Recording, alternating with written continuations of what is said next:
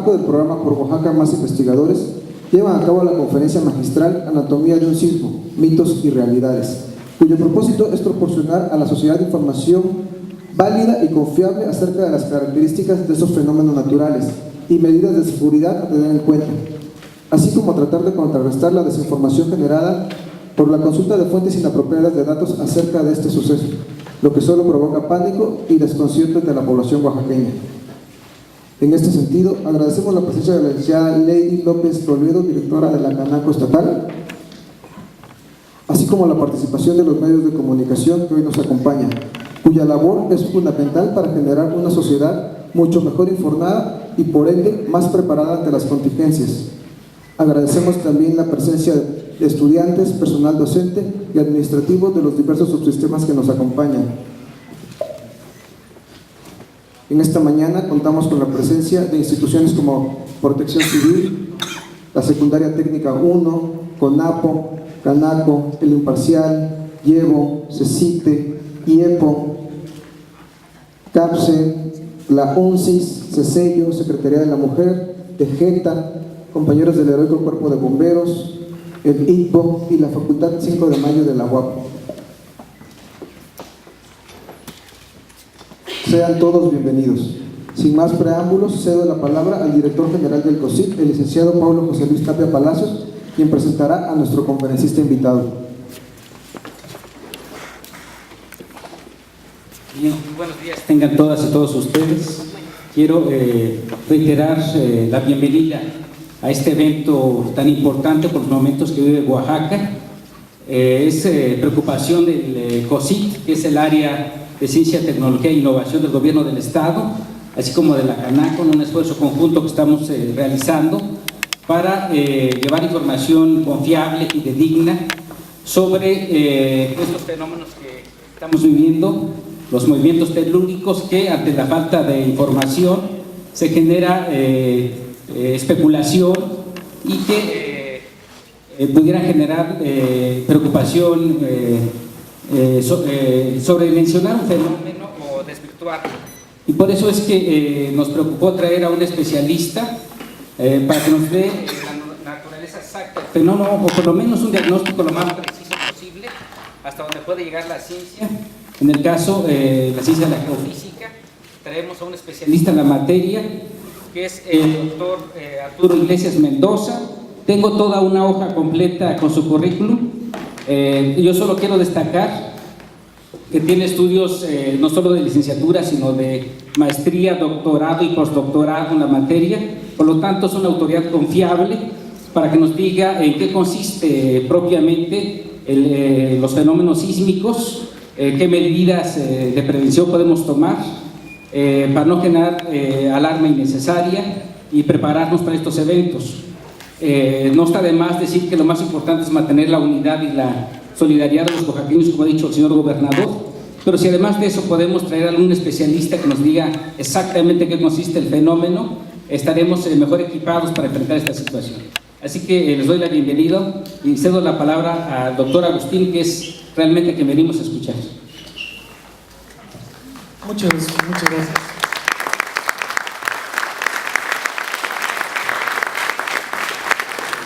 Bueno, muchas gracias.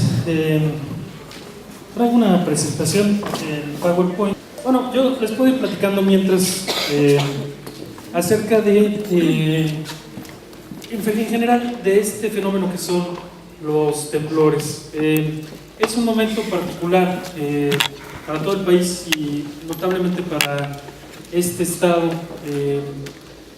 con respecto de justamente de los sismos. Acabamos de presenciar, de sentir pues uno de los sismos más importantes de la historia reciente de México.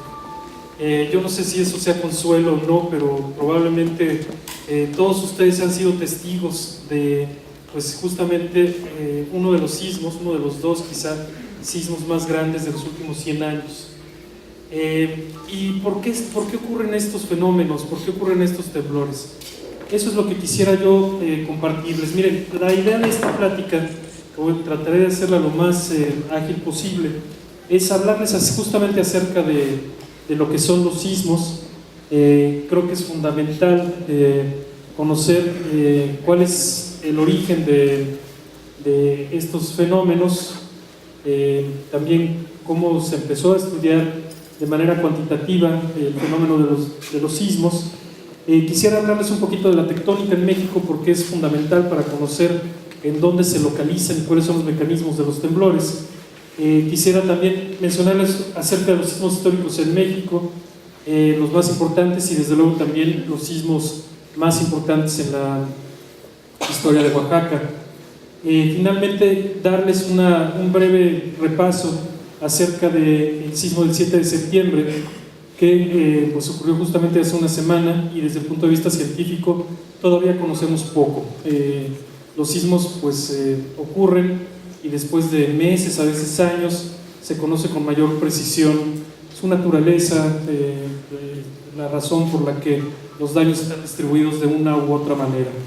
Pasemos entonces a la teoría del rebote elástico. Lo bueno es que hay muchos jóvenes en el auditorio y entonces tienen muy buena vista y ojalá puedan ver algo de esta diapositiva. Miren, la sismología es una ciencia relativamente nueva. Es una ciencia que empezó de manera cuantitativa apenas en el siglo XX. Desde luego, los temblores han sido testigos o han estado presentes con el ser humano desde que el ser humano pisó la Tierra, prácticamente desde que este planeta fue formado. Sin embargo, como les digo, el estudio de los sismos de manera formal, de manera cuantitativa, realmente empezó a principios del siglo pasado, a principios del siglo XX. En 1910, un señor apellidado Reid propuso esta teoría que se llama la teoría del rebote elástico.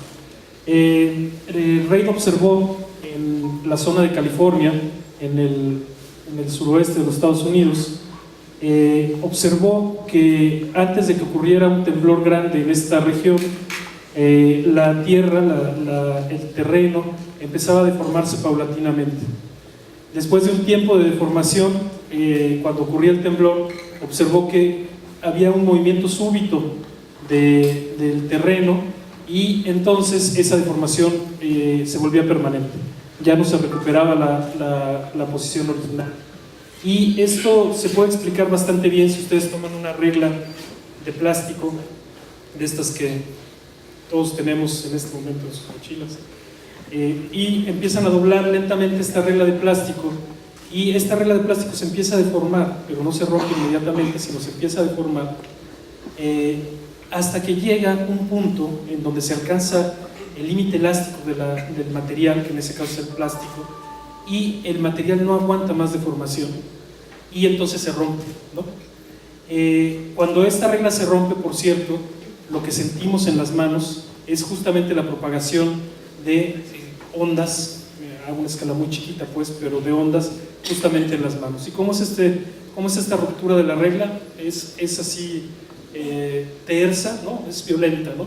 Eso ocurre con los sismos. La deformación elástica, la deformación en las rocas que no son completamente rígidas, sino no son elásticas, se empieza a acumular y llega un momento en que el límite elástico de la roca se alcanza y entonces ocurre una deformación súbita, un rompimiento súbito. Entonces, esta es una figurita de la teoría del rebote elástico y aquí está representado con una foto muy antigua, seguramente de principios del siglo XX, donde pueden ver, espero que alcancen a ver una cerca de madera, una empalizada, digamos, que está desplazada quizá algunos metros con respecto de su continuación. Entonces, como ustedes pueden imaginar, originalmente esa cerca estaba alineada y se fue deformando el terreno paulatinamente hasta que llegó el límite elástico de la roca y entonces esa cerca, hubo un temblor, un sismo y entonces esa cerca quedó desplazada. Se entiende bien, ¿no? Esta idea que propuso Reid en 1910. Déjenme decirles que antes de esta época pues había muchas teorías acerca de cómo ocurrían los temblores. Se pensaba, digamos, por ejemplo, que tenía que ver con fluidos debajo de la tierra que se agitaban de repente, ¿no? Y, digamos, teorías pues, más antiguas que tenían que ver con cuestiones, digamos, esotéricas, si ustedes quieren, pues tenía que ver, se explicaban, por ejemplo, pues con el mandato del castigo o con alguna cuestión que tenía que ver con todo el planeta, ¿no? Y entonces Reid propuso esta teoría que explicaba bastante bien las observaciones. Ahora, ¿cuál es la otra parte de este rompecabezas que al final llamamos tectónica de placas? Bueno, Wegener, un señor alemán en 1912, un geólogo, hizo algunas observaciones con respecto de la forma de los continentes y se dio cuenta que la forma de los continentes, no de todo el planeta, pero de alguna parte de las formas de los continentes, parecían embonar unas con otras, ¿no? Entonces, si ustedes toman, por ejemplo, Sudamérica y la giran, parecía embonar con una parte de África, ¿no? Y a su vez la India, si lo giran también, parecía embonar con una parte, con la parte este de África. Estas observaciones estaban complementadas no solo con la forma física de los continentes, sino también con observaciones de fósiles y evolución de vida natural en los diferentes continentes. Entonces resulta que, incluidas observaciones de Darwin mismo, resultaba que había algunas especies que se presentaban en franjas, pero resulta que estas especies aparecían tanto, por ejemplo, en África como en la India o en la parte de la Antártica, ¿no? Y si no, las especies sí, estos fósiles que parecían formar estas bandas, y que de acuerdo a la teoría de la evolución era muy difícil de explicar si estos continentes no hubieran estado pegados físicamente unos con otros, ¿no?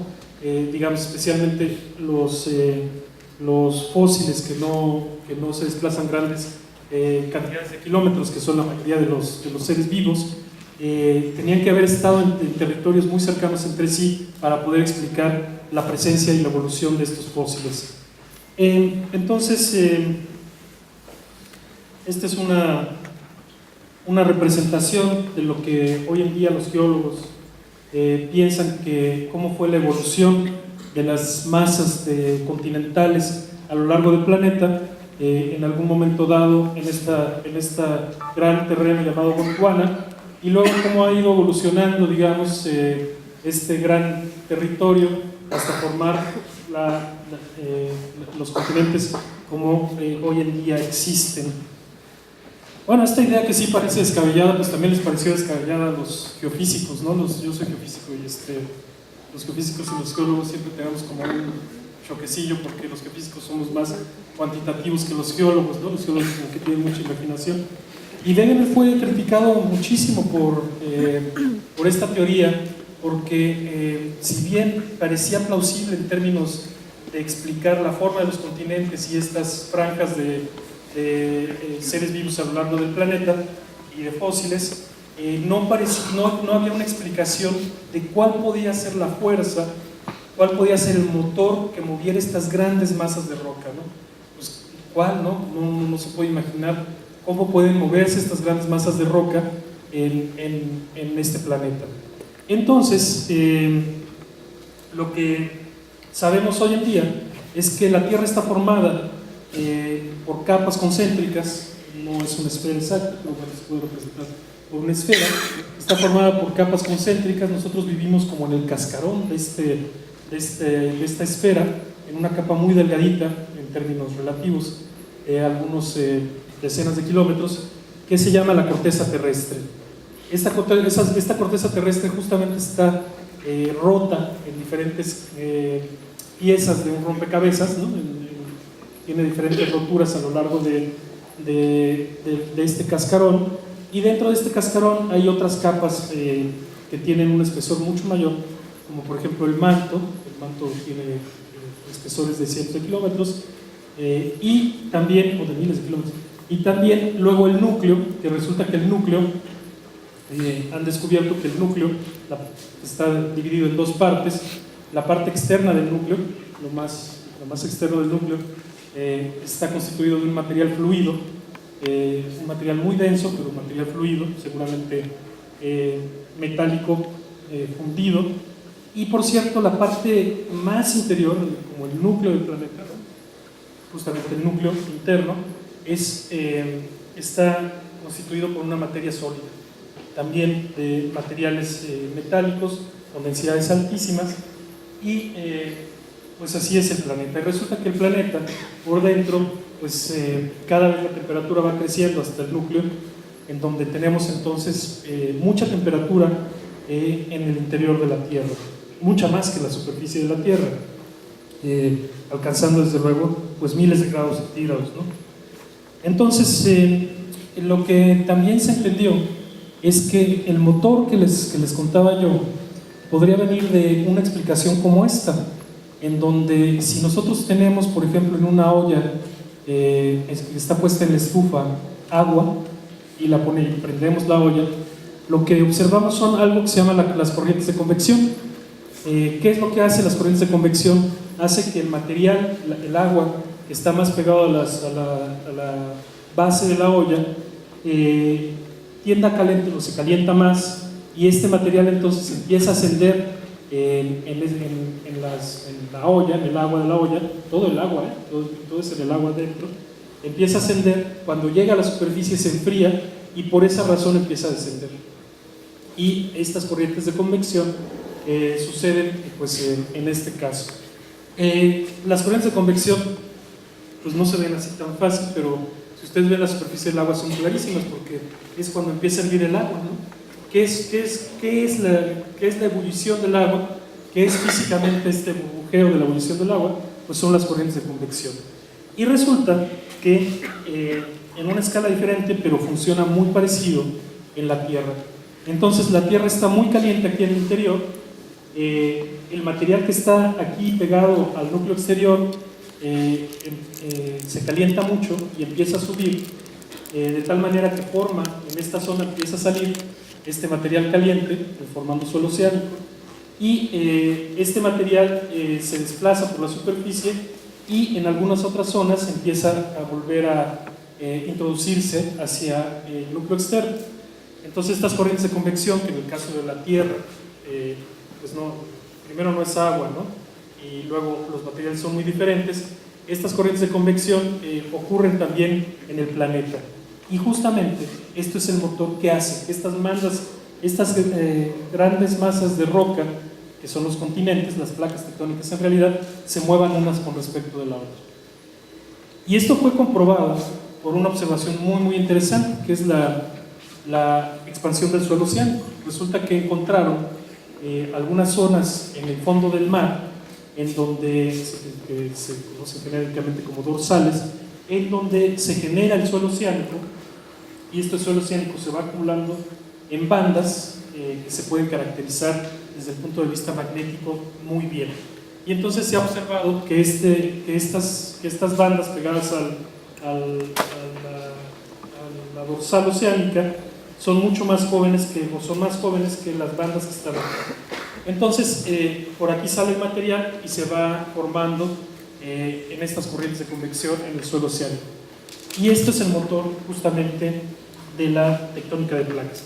Entonces, la tectónica de placas es una teoría que combina estas dos observaciones muy grandes, que son teorías muy grandes, que son la deriva continental por un lado, la teoría de Wegener, y por el otro lado la expansión del suelo oceánico, que finalmente explica cuál es el motor que puede mover estos grandes continentes y estas grandes masas de roca a lo largo del planeta. Bueno, entonces la teoría moderna, que es la tectónica de placas, muestra, digamos, se puede comprobar que el planeta está dividido, este cascarón, o sea, imagínense esto, en realidad pues es una esfera, ¿no? Es un cascarón delgadito, está roto por varios lugares y formando justamente las placas tectónicas, ¿no? Pues aquí ustedes pueden ver, por ejemplo, la presencia de una placa tectónica Aquí, por cierto, pueden ver aquí muy cerca de México esta otra placa tectónica, que es la placa del Caribe. Esta de aquí es la famosa placa de Cocos, esta de acá es la famosa placa de Norteamérica. Y los puntitos que se ven ahí rojos, que están separando las placas, son justamente temblores, todos ellos. Pues cada uno de esos puntitos es un temblor, ¿no? La mayoría de ellos no tan grandes como el que acabamos de sentir, pero sí, algunos pues sí son más grandes que otros. Entonces, hoy sabemos que cómo está funcionando esta teoría de la tectónica de placas, sabemos cuál es su motor, y entonces también conocemos que esto puede explicar también la ocurrencia de los temblores, pensando en la teoría del rebote elástico, ¿no? En donde la roca que se empieza a deformar se deforma justamente porque una masa de roca o una placa tectónica está interactuando con otra placa tectónica que se opone a su movimiento. Y cuando este límite elástico se alcanza, cuando el límite elástico de la roca se alcanza, ocurre un rompimiento súbito, y este rompimiento súbito es el temblor que provoca ondas sísmicas que son sentidas a muchos kilómetros de distancia. Esta es una imagen de cómo se conoce hoy las diferentes placas tectónicas a lo largo del planeta. Aquí está otra vez la placa de Cocos, aquí está México, aquí está la placa de Cocos, la placa del Caribe, la placa norteamericana, la placa de Nazca, que está en Sudamérica. Bueno, entonces les decía que de manera genérica, entonces el suelo oceánico se empieza a producir aquí. Esto va empujando con respecto a esta placa, aquí está la superficie, ¿no? Esto va empujando con respecto a esta placa, aquí está acoplado, dicen, está sellado, y se empieza a deformar esta zona. Cuando alcanza otra vez el límite elástico de la roca, los rompimientos de los temblores ocurren en esta zona, y muy frecuentemente ocurren a cierta profundidad. El sismo que acabamos de sentir ocurrió, se estima que a un poco más de 50 kilómetros de profundidad, ¿no? Esto ocurre pues ya a una profundidad dada. Bueno, quisiera hablarles rápidamente como complemento de la diferencia entre magnitud e intensidad. Son términos que se usan a veces de manera indiscriminada, pero es muy importante conocer la diferencia entre lo que es la magnitud y la intensidad. La magnitud es una medida del tamaño del temblor. Es única para cada temblor. El temblor que acabamos de sentir hace 8 días tuvo una magnitud de 8.2. Esa es su magnitud, y eso se llama magnitud del temblor. Y la intensidad es una medida de cómo se siente el temblor y de alguna manera también de los daños que provoca en la superficie, y eso sí es diferencial. Desde luego la ciudad de Oaxaca no sufrió tantos daños como las ciudades que están en el Istmo, ¿no? Claramente, y eso es porque las intensidades registradas en la ciudad de Oaxaca fueron mucho menores que las intensidades registradas en la zona epicentral.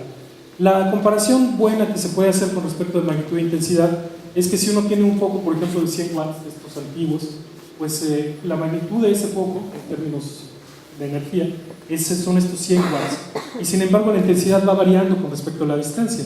Uno sabe que si está muy cerca del foco, pues la luz, inclusive la temperatura, va a ser mucho más intensa que si uno se aleja del foco, ¿no?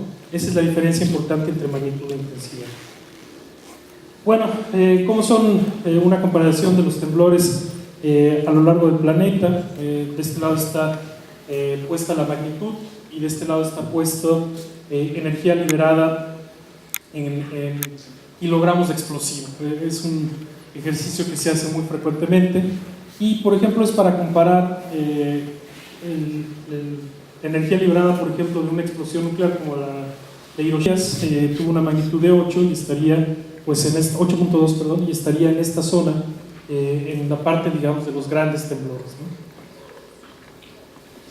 Bueno, ¿cómo es la tectónica en México? Ya les decía yo una breve introducción acerca de la tectónica, de cómo son las placas tectónicas en México, y aquí está cómo son las diferentes placas.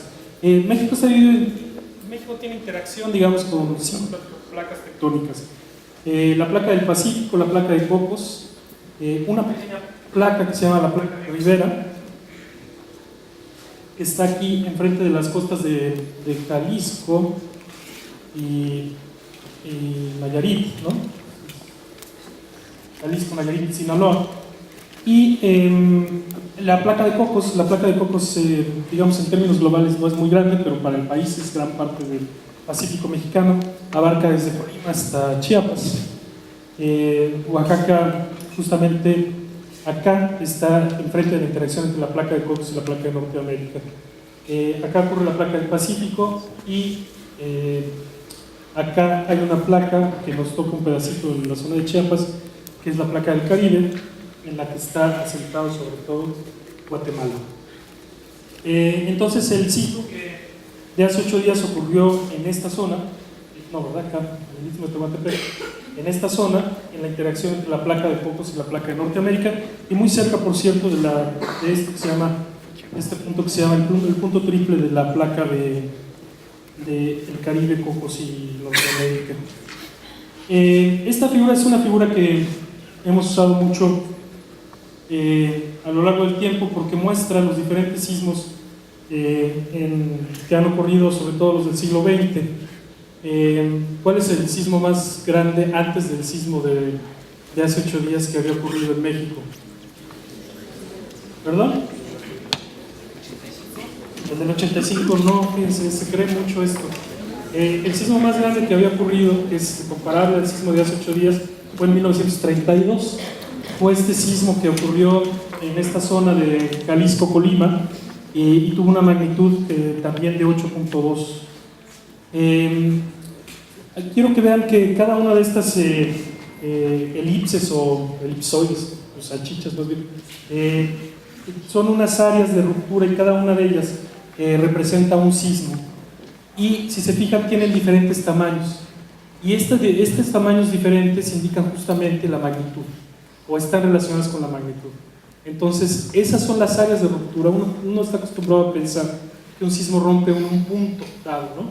Que piense el epicentro, ¿no? El epicentro fue en el Golfo de Tehuantepec y uno piensa en un puntito donde ocurrió el sismo. No, un sismo, especialmente los sismos grandes, rompen una gran masa de roca, que es una superficie grande, ¿no? Y esto representa estas superficies que rompieron en los diferentes sismos. Entonces, este es el sismo de 1932, uno de los más grandes de la historia, el sismo del 95. Este es el sismo del 85, que si ustedes se fijan, el área de ruptura es pues, ligeramente menor que el sismo de 1932. Y así hay otros sismos a lo largo de la historia. Les traje así muy brevemente algunos de los ejemplos de sismos importantes. Creo que es relevante para entender que pues, vivimos en un país donde los sismos no son nuevos ni acaban de empezar a ocurrir la semana pasada, sino han ocurrido pues, a lo largo de la historia del país, desde luego. Este es el sismo de 1957, es un sismo muy emblemático para la Ciudad de México porque provocó la caída de pues uno de los símbolos de la Ciudad de México, que es el ángel de la columna del ángel de la independencia, ¿no? O el ángel de la independencia. Entonces hay algunas fotos de la época del sismo del 57 o sismo del ángel. Este sismo, por cierto, también causó otros daños en la Ciudad de México y desde luego daños notables en la zona epicentral, que fue cerca de Acapulco, un poquito al sureste de Acapulco. Pero también causó algunos colapsos de edificios en la Ciudad de México. Bueno, desde luego, uno de los sismos más importantes, aquí se me cambió el orden cronológico, pero bueno, quizá el sismo más importante de la historia de México es el sismo de 1985. Este sismo ocurrió en Michoacán, muy cerca de Lázaro Cárdenas, Michoacán. Sin embargo, en la zona epicentral los daños no fueron tan notables como en la Ciudad de México, y en la Ciudad de México pues provocó un gran desastre, ¿no? Aquí algunos ejemplos de fotos de grandes construcciones colapsadas durante el sismo del 85, el famoso Hotel Regis, Tlatelolco, acá también Tlatelolco, y aquí, digamos, más allá de la impresión que causan estas fotos, también se puede ver que los colapsos fueron de diverso tipo. Aquí ven que el edificio está caído casi completito de lado, ¿no?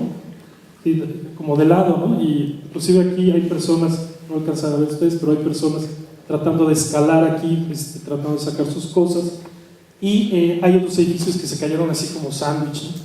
Y bueno, esto habla, digamos, de las diversas características estructurales de las construcciones.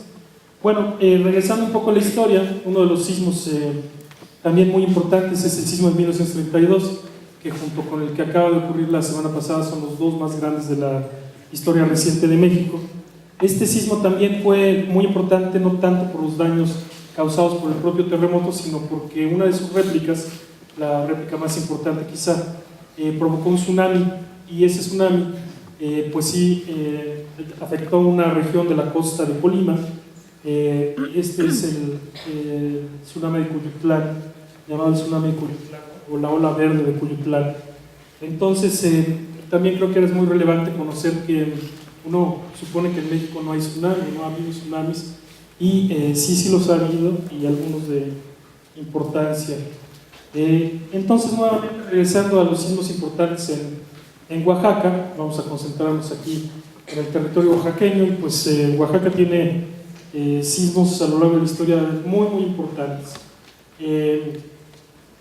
Se puede ir uno muy atrás, pero bueno, para empezar en algún lugar, uno de los muy importantes es el sismo de 1931. Encontré aquí en internet este telegrama en el que el gobernador de la época le comunica al presidente acerca del sismo y de la gran destrucción que había causado. Yo creo que ustedes, amigos, me dirán quizá si estoy en lo cierto, que este puede ser el sismo cuando más relativamente reciente, pues en los últimos 150 años o algo así, que ha causado más daños en la ciudad de Oaxaca. Realmente el nivel de destrucción que provocó este sismo en la ciudad de Oaxaca es muy importante, y además, digamos, con cierta fortuna en términos de documentación histórica, fue muy bien registrado en cine, con una cámara de cine por un cineasta ruso famosísimo llamado Sergei Eisenstein, y este cineasta ruso tomó escenas desde el aire, voló en una avioneta en 1931, tomando escenas desde el aire de la destrucción en la ciudad de Oaxaca y en la costa, y luego también en tierra con la cámara tomó muchas escenas de la destrucción en la ciudad. Y este documental, que por cierto está musicalizado, es todavía cine mudo. Este documental se puede conseguir en internet, es un documental de libre uso, supongo que porque ya caducó el copyright por antiguo, y se puede conseguir no sé si en YouTube, pero si ustedes lo buscan en Google, se puede conseguir este documental completo, que vale mucho la pena, sobre todo para conocer la potencia de un gran temblor como el de 1931. Aquí algunas escenas, algunas fotos, por cierto, sacadas justamente del documental de Eisenstein, no sé si ustedes reconocen alguna parte pues, de la ciudad. Yo conozco la ciudad, pero pues desde luego no tan bien, y también supongo que pues, ha cambiado muchísimo. Otro de los sismos muy importantes para Oaxaca fue el sismo de 1965. Hace ratito por la mañana me decían también de un sismo en 1978, que no lo incluí, claro que fue en la Mixteca, ¿no? Oaxaca, este sismo de 1965 tuvo una magnitud de 7.5, ocurrió el 23 de agosto. Aquí el Servicio Geológico de los Estados Unidos tiene una estimación de cómo pudieron haber sido las intensidades. Aquí el Mar Rojo es más intenso, y aquí ustedes ven pues, la intensidad. Bueno, pues aquí está el del 78, aquí está. Aquí uno de los sismos también muy, muy importantes fue el sismo de 1999. Ahí estoy seguro que ya muchos más de ustedes, pues no los más jovencitos, pero muchos más de ustedes sí lo recordarán. Fue un sismo que ocurrió el 30 de septiembre de 1999, tuvo una magnitud de 7.4, tuvo daños muy importantes en la zona epicentral, en una región amplia, ¿no? Yo para ese sismo me tocó, como estudiante de posgrado, ir a medir réplicas, y recuerdo, pues me impresionó mucho el nivel de daños, por ejemplo, en la zona de Sola de Vega, y también intentamos atravesar por Miahuatlán hacia San José del Pacífico y luego Cochutla para ir a poner estaciones, y no, los caminos estaban muy, muy mal, había muchos derrumbes en los caminos, y pues solo llegamos a San José del Pacífico. Bueno, uno reciente que ahí sí, a lo mejor ya hasta los más jovencitos recuerdan, es el sismo del 20 de marzo del 2012, hace unos cuantos años, o sea, hace 5 años, ¿no? Hace 5 años, aquí muchachos, ustedes tenían como 9, se tienen que acordarse, sí, 8 o 9 años. Este sismo ocurrió en la zona de la costa, prácticamente en el límite entre Guerrero y Oaxaca, afectó notablemente la ciudad de Pinotepa Nacional y la ciudad de Ometepec en Guerrero. Este sismo es desde luego interesante, tiene una magnitud importante, y también me parece interesante, a ver si funciona esto, porque causó un tsunami pequeñito, pero al final es tsunami.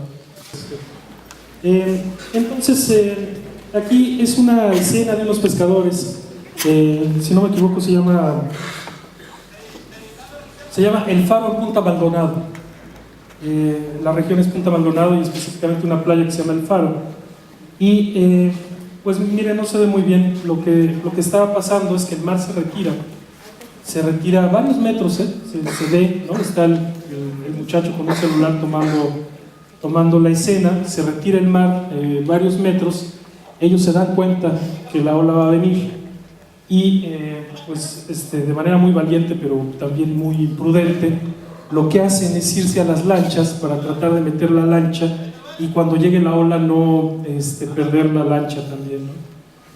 Afortunadamente en este caso el mar regresa, el tsunami regresa no de manera muy violenta ni tampoco con una altura muy alta, con una altura grande, sin embargo sí regresa el agua y ellos logran sacar la lancha, ¿no? Supongo que estarán muy orgullosos de ello, pero digamos sí sería justamente el ejemplo de lo que no debe uno de hacer cuando uno ve que se retira el tsunami, ¿no? Entonces el agua pues del mar, ¿no? Entonces si ustedes sienten un temblor intenso y ven que se retira el agua y están en la playa, ¿qué van a hacer? Buscar un lugar alto, ¿no? Ir para el otro lado, buscar un lugar alto. Eso es fundamental, eso les va a salvar la vida. Así pasó en el sismo de Sumatra del 2004. Por cierto, hay una historia famosa ahí de una niña que cuando vio que se retiraba el mar, pues había visto en la escuela justamente que había la posibilidad de un tsunami y todo el mundo estaba así como casi viendo los pececitos felizmente como se retiraba del mar y ella dice, no, vámonos para arriba, ¿no?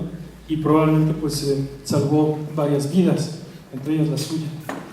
Bueno, entonces acerca del sismo que acaba de ocurrir. El sismo ocurrió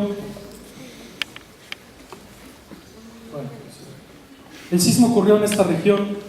Aquí está el límite entre Oaxaca y entre el estado de Oaxaca y Chiapas. La ciudad de Oaxaca pues está por acá, ¿no? El sismo ocurrió en esta zona. El sismo ocurrió no en tierra, sino en el mar, debajo del mar, no en el agua, sino debajo del mar, a 50 kilómetros de profundidad. Y este sismo entonces ocurrió en esta zona. Si se fijan, el límite entre los dos estados está en algún lugar por aquí, de tal manera que el Servicio Sismológico Nacional, que toma la población más cercana al epicentro, tomó como población más cercana a Pijijiapan. Entonces pues se asignó inicialmente como un sismo con posición en Chiapas, pero pues todo es relativo, ¿no? Además los sismos no conocen de fronteras estatales, ni nacionales, ni mundiales, ni nada, ¿no? Ni planetarias, ¿no? El sismo tuvo un mecanismo de fallamiento normal. Esta es una información técnica, digamos, que se puede determinar. Desde el punto de vista científico es importante porque resulta que este sismo no está asociado a la compresión de dos rocas, ¿no? Sino a la extensión de dos rocas, y eso provoca también un rompimiento súbito. Entonces, lo que les había dicho de cuando piensan en una regla que le están deformando, bueno, pues entonces ahora piensen en una liga que le empiezan a deformar, y ahí va la liga deformándose, pero llega un momento en que se alcanza su límite elástico y se rompe la liga, ¿no? Y eso, entonces, este sismo está asociado a extensión, no a compresión. Este es un mapa de las réplicas. Ustedes saben que ha habido un número muy, muy importante de réplicas. Aquí estaban graficadas 482 réplicas porque fue un reporte preliminar, ¿no? Del primer día, pero hasta ayer en la noche se iban contabilizadas 1.806 réplicas reportadas por el Servicio Sismológico Nacional, y revisé hace ratito el reporte y están, si no me equivoco, prácticamente en 1.950 réplicas reportadas, ¿no? No cabe la menor duda que se alcanzarán las 2.000 réplicas, sin duda. La mayoría de estos sismos son sismos muy pequeños que no son sentidos. Desde luego en la ciudad de Oaxaca prácticamente ninguno de ellos, o quizá un par de ellos, son sentidos, pero en la zona epicentral pues sí se siguen sintiendo, ¿no? Y esto es gran parte de pues, el sosiego y del problema que causan estas réplicas para las personas que ya tienen sus casas y sus construcciones dañadas y que están en situación vulnerable. Una de las cosas que sí sabemos es que estos grandes sismos provocan secuencias de réplicas largas. A veces estas réplicas pueden durar varios días y a veces hasta semanas. Entonces, bueno, pues es probable que sigan ocurriendo réplicas. En general, las réplicas, por definición, pues son de magnitud menor a la del sismo principal, ¿no? Si hubiera un sismo más grande, pues entonces querría decir que no es una réplica, sino es un sismo más grande. Entonces las réplicas son siempre de menor magnitud, aunque puede, digamos, haber otro tipo de sismos. Si se fijan, el epicentro original está en esta posición y todas las réplicas están ordenadas, están alineadas de manera muy, muy particular en esta dirección, en la dirección noroeste. Eso es muy, muy interesante porque podría explicar el patrón de daños, ¿no? De las noticias. Yo no estaba desde luego ahí, pero de las noticias nos queda claro, más o menos, supongo que a todos, que los daños están sobre todo concentrados en esta región del estado de Oaxaca y menos en el estado de Chiapas. Por cierto, a pesar de que es más cercano al estado de Chiapas, podría ser que los daños que sí hay, desde luego, en Arista, no sé si en Chiapas, pero en esa zona de Chiapas sí hay daños, pero sobre todo están concentrados en esta región del Istmo de Tehuantepec. Y esta distribución de las réplicas podría indicar, es lo que estamos investigando, que la ruptura entonces podría haber empezado en este lugar y se pudo haber propagado en esta dirección. Y esa propagación de la ruptura pudo haber provocado intensidades más altas en la zona del Istmo de Tehuantepec. Esta es una imagen que genera el Instituto de Ingeniería, que habla de cuáles son las intensidades esperadas de acuerdo a la magnitud y a la localización del sismo. Y aquí ustedes pueden ver que pues, hay una zona más o menos amplia de la costa de los estados de Oaxaca y Chiapas que pues pudo haber sentido de manera intensa, muy intensa, el temblor. Esto es hecho con datos, con modelos sin datos, ¿no? Son modelos que predicen cómo fue el desplazamiento, cómo fue la intensidad en la región, y luego esos modelos se calibran con observaciones como este tipo, en donde se le pregunta a las personas vía internet. Ustedes pueden hacerlo, y se llena una pequeña encuesta, que se llena en 3 minutos la encuesta, y uno puede aportar información para ver cómo sintió el sismo a lo largo de donde uno está, ¿no? Pues cada puntito de esos indica al menos una persona que envió el reporte, y su color indica la intensidad. Y desde luego, pues, fíjense que en la región epicentral pues hay pocos puntitos, y la razón no es que no se haya sentido fuerte, la razón es que pues, gran parte de las comunicaciones colapsaron, ¿no? Y supongo que también los amigos de, por ejemplo, el Istmo de Tehuantepec o de Juchitán, por ejemplo, de estas poblaciones, pues en lo que menos están pensando es en llenar una encuesta del Servicio Sismológico Nacional. Pero es una herramienta muy interesante para entender las réplicas, para entender, perdón, las intensidades. Y aquí otra vez una gráfica con las réplicas, que quise mostrárselas porque aquí también están puestos con triángulos verdes y unos letreros que a lo mejor alcanzan a ver. Bueno, no ven, pero están ahí los letreros. Y esa es la red de estaciones que el Servicio Sismológico Nacional opera a lo largo de esta parte del país, ¿no? No son las únicas estaciones que tiene el Servicio Sismológico Nacional, pero sí las estaciones que están en la región. Con esas estaciones sismológicas entonces se hacen todos los cálculos y las estimaciones. Este es un ejemplo de los registros que obtenemos en cada una de las estaciones. Esto es la aceleración, la velocidad y el desplazamiento en un sitio dado. Este sitio es, pues no alcanzo a ver, creo que es Matías Romero. No, este sitio es Piquitiapa, perdón, y el siguiente es Matías Romero. Aquí pueden ver cómo cambian las aceleraciones y las velocidades en las diferentes estaciones. Bueno, esta es una solución de el Servicio Geológico de los Estados Unidos.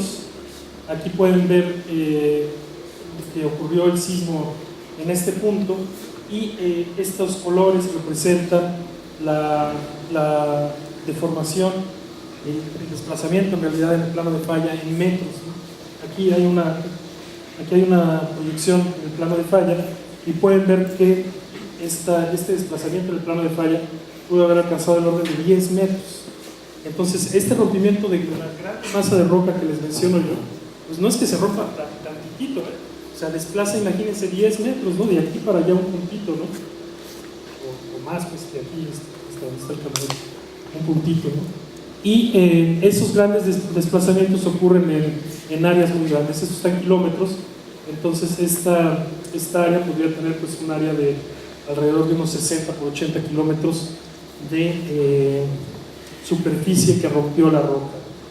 El sismo causó tsunami, bueno, causó un pequeño alteración en el nivel del mar, afortunadamente no causó un tsunami como tal. La razón que suponemos que no causó un tsunami es que el sismo fue demasiado profundo para deformar notablemente el suelo marino. Los tsunamis se generan cuando existen temblores y cuando los temblores deforman el suelo marino de manera súbita, ¿no? Pues imagínense si ustedes tienen pues una pileta, por ejemplo, de agua y le pegan por abajo, ¿no?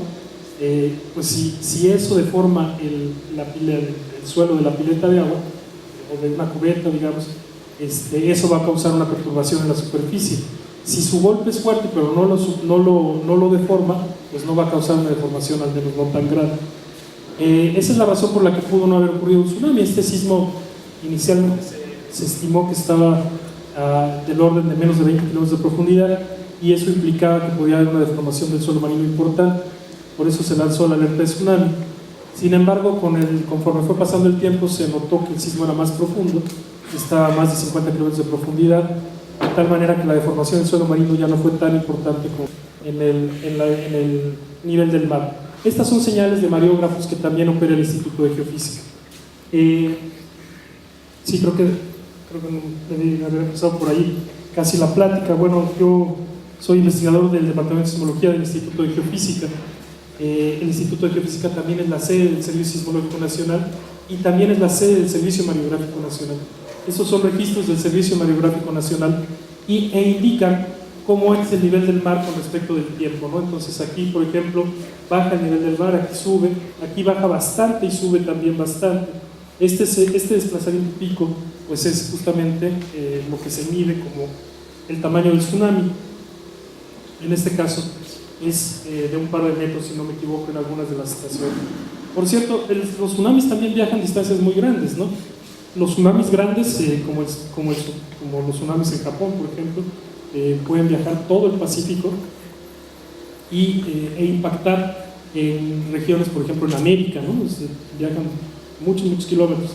En este caso, este tsunami o esta perturbación del nivel del mar, pues también viajó muchos kilómetros, y esta estación que está aquí, por ejemplo, es la estación de Acapulco, donde ustedes ven que si bien pues no es un tsunami que pueda provocar grandes daños, ¿no? o afectaciones, pues sí es una alteración del nivel del mar muy clara en el puerto de Acapulco, que está pues a una distancia muy considerable de la zona epicentral, es decir, de la zona del Istmo de Tehuantepec. Bueno, aquí no ven ustedes nada, pero es la hora de arribo de la perturbación del mar y olas pico a pico, ¿no?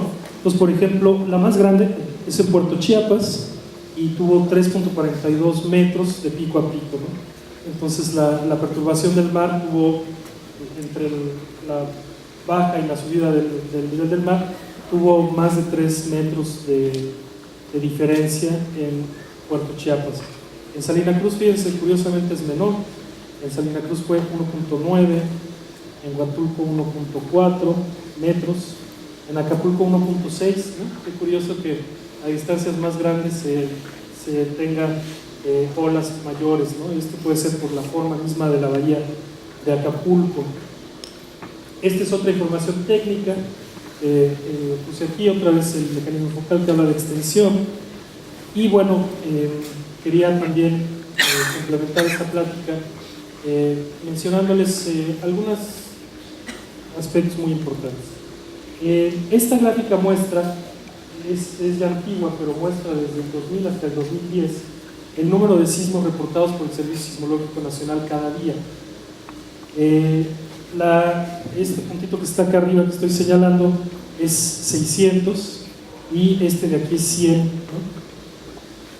Esto creo que está agrupado por semana, yo creo, ¿no?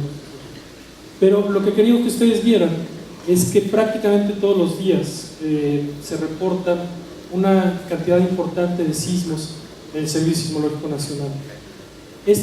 La mayoría de estos sismos no son perceptibles, o se sienten muy localmente, ¿no? Lo sienten unas cuantas personas, o no lo siente nadie, pero sí lo registran los equipos, ¿no? Pero esto sí indica que vivimos en un país en donde la sismicidad es cotidiana, todos los días tienen. Si ustedes, muchachos que están en la plática, van con algún compañero que no vino hoy y le dicen, oye, te apuesto lo que quieras a que mañana se va a registrar un temblor, ¿le van a ganar o no le van a ganar? Sí. Pues claro que sí, ¿no? Más con las réplicas, ¿no? Entonces, claro que todos los días ocurren varios temblores al día, ¿no? Insisto, la mayoría de ellos no son sentidos, ¿no? Pero entonces, lo de que alguien pronostique un temblor, pues no tiene sentido, ¿ven? Porque si no dicen cuál es la magnitud y el lugar de la predicción, entonces no tiene sentido. Yo lo que quería enfatizar, y creo que es muy importante, es que los temblores no se pueden predecir.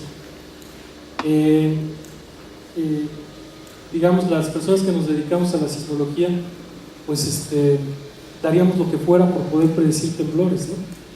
Sería lo más importante que pudiéramos hacer, pero no los podemos predecir. Digamos, con todo lo que sabemos, con todos los datos que se tienen hoy en día, con toda la ciencia que ha evolucionado en más de 100 años de sismología cuantitativa, en este momento se puede decir que los sismos no se pueden predecir. De tal manera que si ustedes reciben a través de un Twitter, WhatsApp,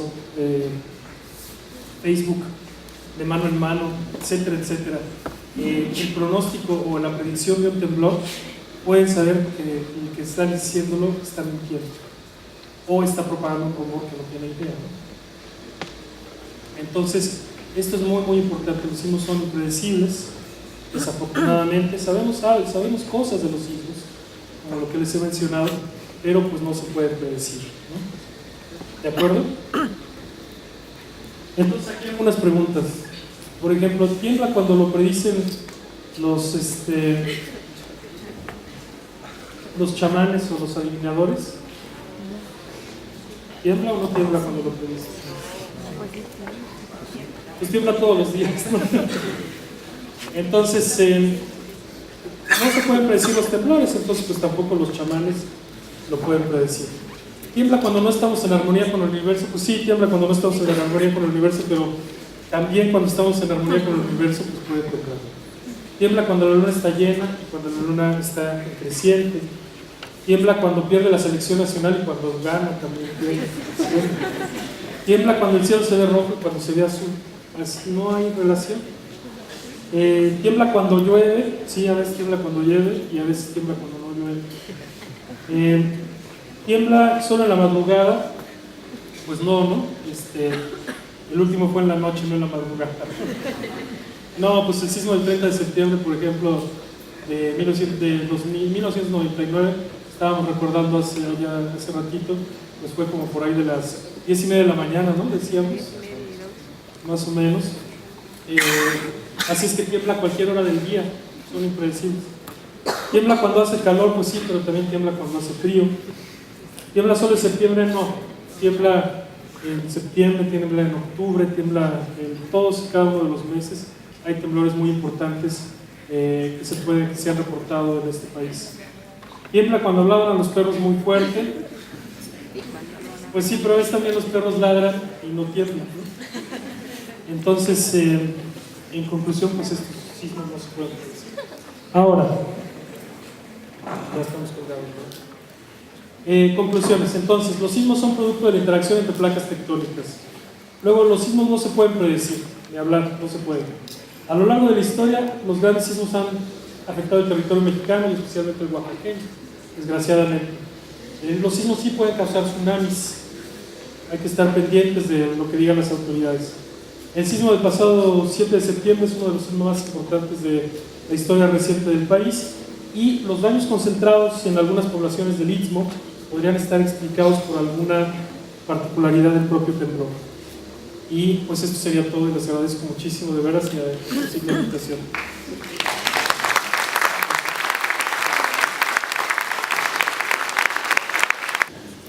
Sí. Buenas tardes. En la zona de la lámina que puso, sí, había un hueco para el istmo de Tehuantepec. Podríamos pensar que con este sismo ya se llenó ese hueco, y inclusive creo que la zona de ruptura sería mucho más grande que el hueco, ¿no? Sí, es una pregunta muy interesante, muchas gracias, pero muy difícil de responder, porque resulta que este sismo, como les dije, es un sismo de naturaleza extensiva, y todos los sismos que ustedes vieron en las elipses tienen naturaleza compresiva. Durante mucho tiempo se pensó que esta zona era sísmica, porque no había un registro claro de temblores en el pasado. Entonces la verdad es que no sabemos con precisión si los sismos de subducción, lo que llamamos inversos, estos que provocan, que son causados por la convergencia de dos placas, pueden ocurrir en una zona más somera de esta misma región. Entonces, en sentido estricto, no sabemos, pero le diremos pronto una respuesta. Gracias por la pregunta. Sí, buenas tardes. Mi pregunta es muy concreta y quisiera preguntar si tiene alguna consecuencia, y la debe de tener, de eso sí estoy seguro, pero de todas maneras pregunto: el hecho de extraer miles y miles de barriles de petróleo todos los días. Ahorita se habló de un hueco, estamos generando huecos, ya sea en tierra o en mar abierto, y por consecuencia debe ese acomodo de las capas, y son la consecuencia de los temblores. Sí, muchas gracias por la pregunta.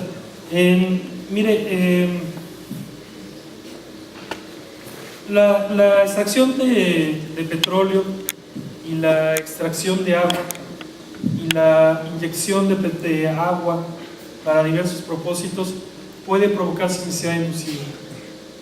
Sí se sabe que ocurre sismicidad inducida, pero hasta donde se sabe ocurre con magnitudes mucho menores que los sismos que tienen un mecanismo de tectónico como el que los mencioné yo.